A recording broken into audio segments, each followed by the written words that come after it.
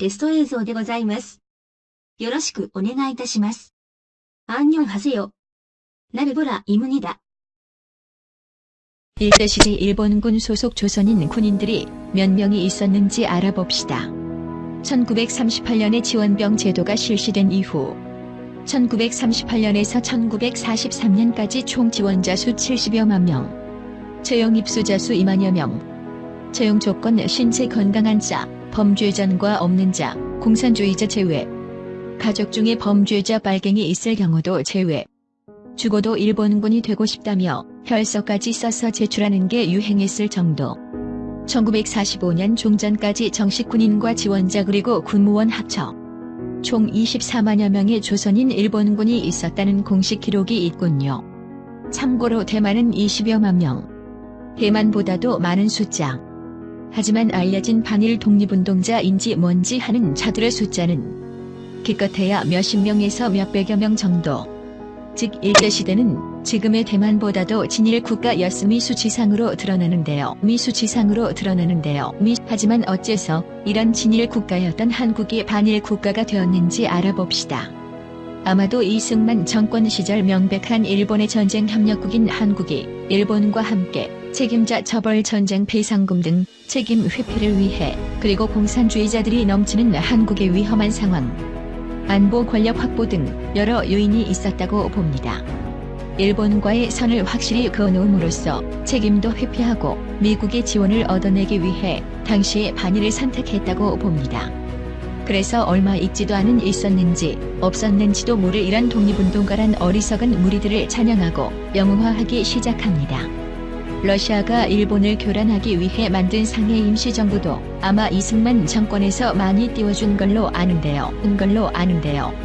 이런 반일 교육을 1945년부터 20여 년간 시작하면서 없는 사실을 만들어내고 있는 사실은 더욱 부풀려서 완전 일제시대 일본을 악마로 만들어버리는 사태로 급변하면서 박정희 정권에 와서는 이게 더 이상 막을 수도 없고 먹고 살기도 바쁘고 해서 역사 문제는 깊이 관여 안 하고 그냥 이승만 정권 시절 역사학자들에게 그냥 맡겨두고 신경을 안 쓴 것 같군요. 설상가상으로 역사를 무기로 삼는다며 한국을 전복시키려는 좌파 무리들이 일본을 더욱 악마로 만들어버림으로써 지금 현재에 이르렀다고 봅니다. 반일이 왜 위험한가? 한국의 기득세력 즉 정치기업 사회 주류층이 다 진일이라는 점입니다. 하지만 처음에 제가 말한 수치로도 알 수가 있듯 일제시대는 너도 나도 친일파였습니다.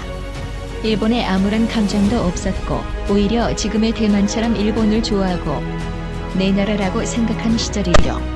친일 프레임을 덮어씌우고 그 사람을 묻어버리고 자신들의 정치 세력을 키우기 위해 이들은 반일을 목숨 걸고 합니다. 그리고 한국을 엎어버리는 게 목적이기에 일본, 미국, 대만 등 주변의 자유진영과 철저히 고립시키려는 목적도 있죠. 여럿이 있는 것보다는 한 놈 있는 게 때려잡기 쉬우니까 말이죠.